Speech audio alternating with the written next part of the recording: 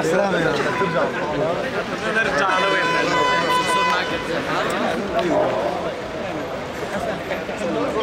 يلا يا خالد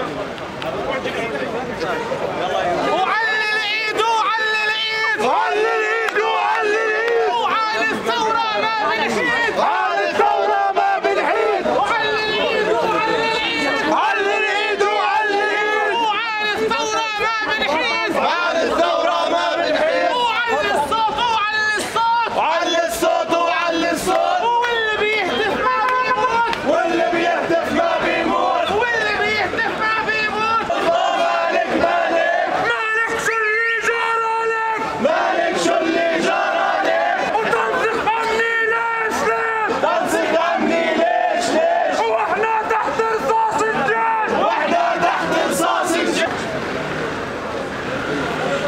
ويا براء ولا تهتم يا براء ولا تهتم ويا براء ولا تهتم يا براء ولا تهتم وحق الثورة بندفع دم اليد وعلي اليد وعاني الثورة ما بنحيد عاني الثورة ما بنحيد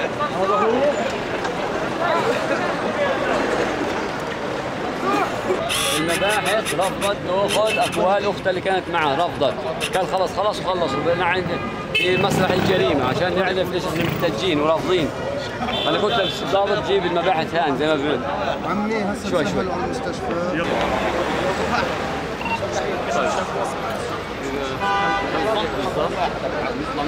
في مجال اي طلبنا سياره يعني حقك نطلع مسيره، نطلع بفوضى، نطلع فوضى اسمح لي اجاوب.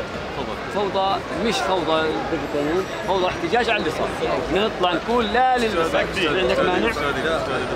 نعم لا احنا الحق اللي بوصلنا هذا حق المباحث ولا حق ولا شيء، احنا متهمين المباحث بالتقصير ونرجو من الضابط اللي اخذ المحضر يحضر حتى نقول انت متهم بالتقصير.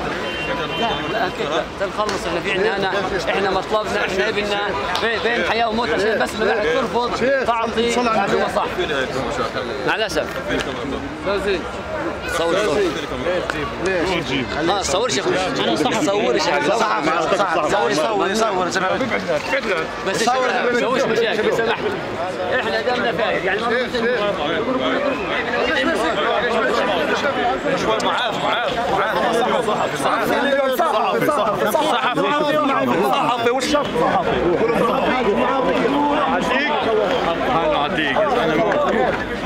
عتيق ايش عتيق طيب طول لي بالك صحافي صور خواجه سرقة فرجيبني الكاميرا انت صحفي؟ نعم صحيح. احمد اسمع صحفي شو بدك؟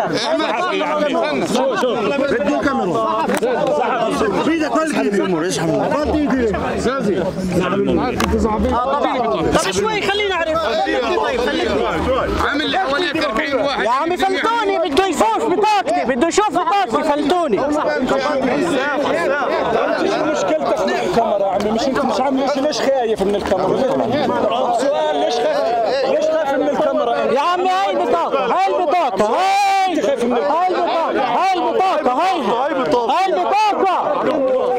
هاي البطاقة، تفضل يا عمي هيها. احمد